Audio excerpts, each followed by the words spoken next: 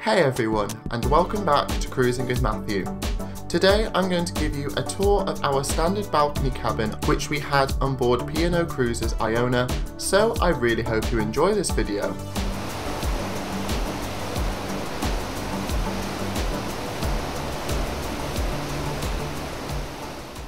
Before we start, I want to mention this video's sponsor, which is My Kind of Cruise, who are the world's first and only mobile app where you can search, compare and book a cruise across a range of different cruise lines, including P&O. I've actually booked with them my April 2023 cruise on board the fantastic Britannia, and I was really impressed with their high standards of customer service and good prices. If you want to check them out yourself, click on the link in the description below. Now, on with the video. So I was lucky enough to be on board Iona's Maiden Cruise in August 2021 for 7 nights as we cruised around the Scottish Highlands. For this cruise, we selected a GD grade standard balcony cabin on an early saver fare, and as a result, we were allocated shortly before the cruise 12/7/20, which was on deck 12 near the aft or back portion of the ship. Do note that Iona and the newest ship, Avia, are actually sister ships based off the same design, so their cabins will be mostly the same, so if you're looking to cruise on Avia, then this video will give you some inspiration as to what the balcony cabins are like on board Avia as well. So on that note, let's take a look around. Walking into this grade of cabin, I have to admit it did feel slightly narrower than other balcony cabins I've come across, but this cabin still had tons of space and also was quite deep. Now, as standard, the cabin features a king-size bed which can be turned into a double or twin bed depending on your preference. As this cabin actually had a 4-berth capacity, the third occupant can sleep in the sofa bed, which is situated in the seating area, whilst the 4th person will be able to sleep in a Pullman bed, which drops down above the sofa bed, although this wasn't needed for our cruise, as there were only 3 people in our cabin. Now, I actually slept in the sofa bed myself, and although I'm 6'2", I still felt like the sofa bed had a good amount of space. Do note, in the morning and evening, your cabin steward will reconfigure your sofa bed and Pullman bed if it is in use. Now, when not in use as a sofa bed, the sofa is a really good size and quite comfortable.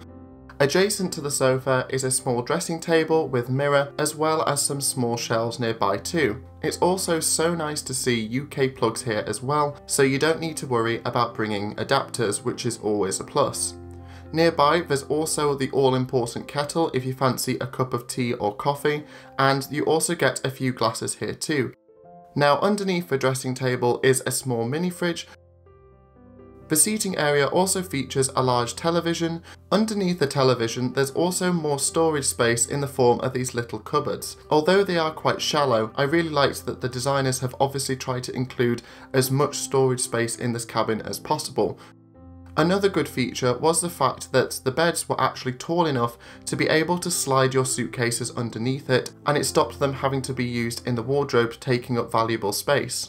In either its double or single bed configuration, there's always a bedside table for each person, and I really enjoy the fact that this includes a UK plug socket, which is ideal for charging your devices on an evening.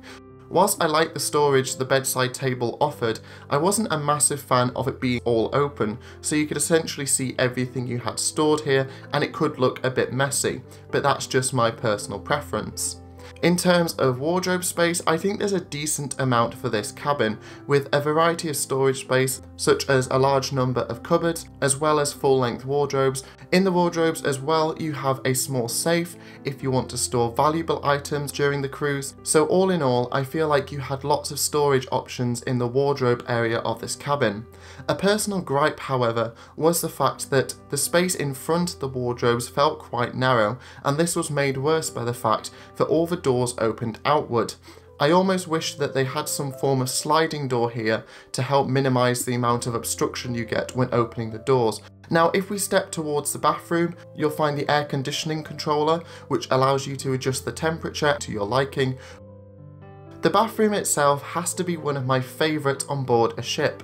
It feels really fresh and modern, with lots of space to put your toiletries. The shower itself was fantastic, as it was fully enclosed, meaning that there was no risk of getting the rest of the bathroom wet when you have a shower, and it had a glass shower screen, so no more clingy shower curtain, which is a welcome departure from other bathrooms which I've encountered.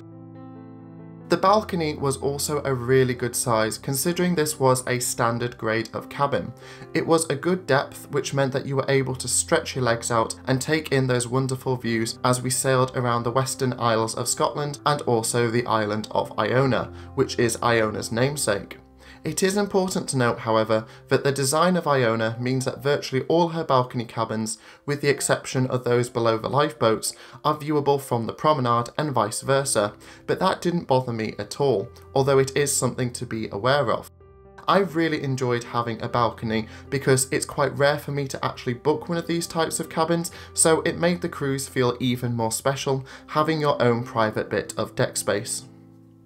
Overall, I've really liked our cabin as it felt modern and utilised every bit of space in this cabin. There was no wasted space at all.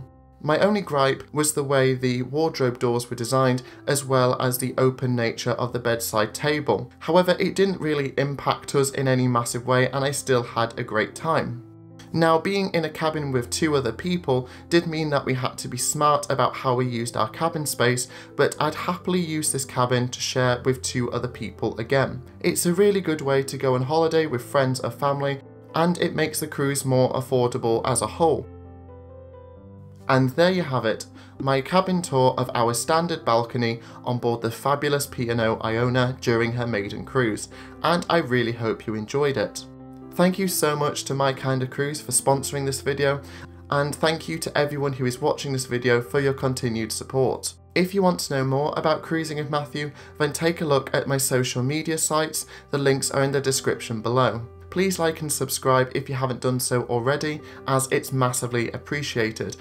I hope that you're all doing well at the moment, and I can't wait to see you in my future videos. So until next time, this is Cruising with Matthew, and thank you so much for watching.